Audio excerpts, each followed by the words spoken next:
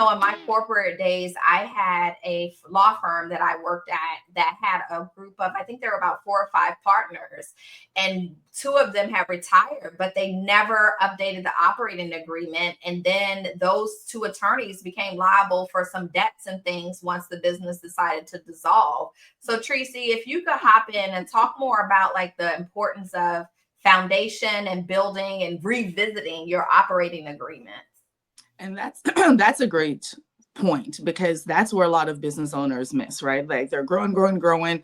They've implemented all these other strategies and never actually go back and look at their foundation.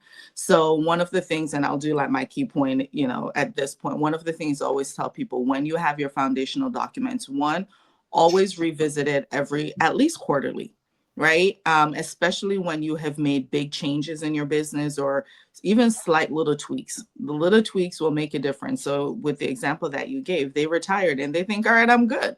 And they were probably still collecting whichever, payment or pension or equity from it in their retirement, but never thought about the liability that attaches to them still collecting it that way. So your operating agreement needs to address what happens when partnership changes, shifts, and how it shifts.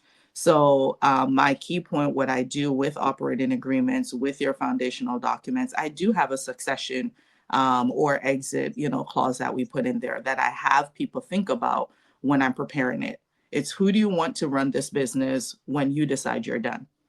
If you want the business to continue, or is it going to dissolve?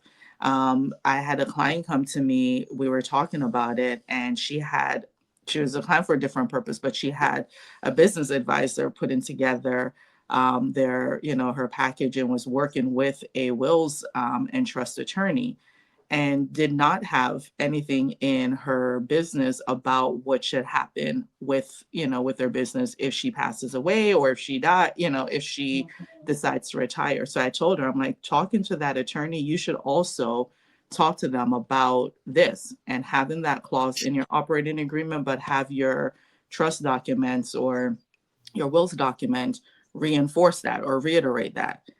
And she was like, I didn't know you could do that. And she went back. The attorney said nothing to her. And this is an attorney that is planning succession. So she went back to that attorney and asked, and he's like, oh yeah, that's something we could work through and put it in. And she came back and she's like, I never would have I wouldn't have thought about that. It's not a question that I think about. So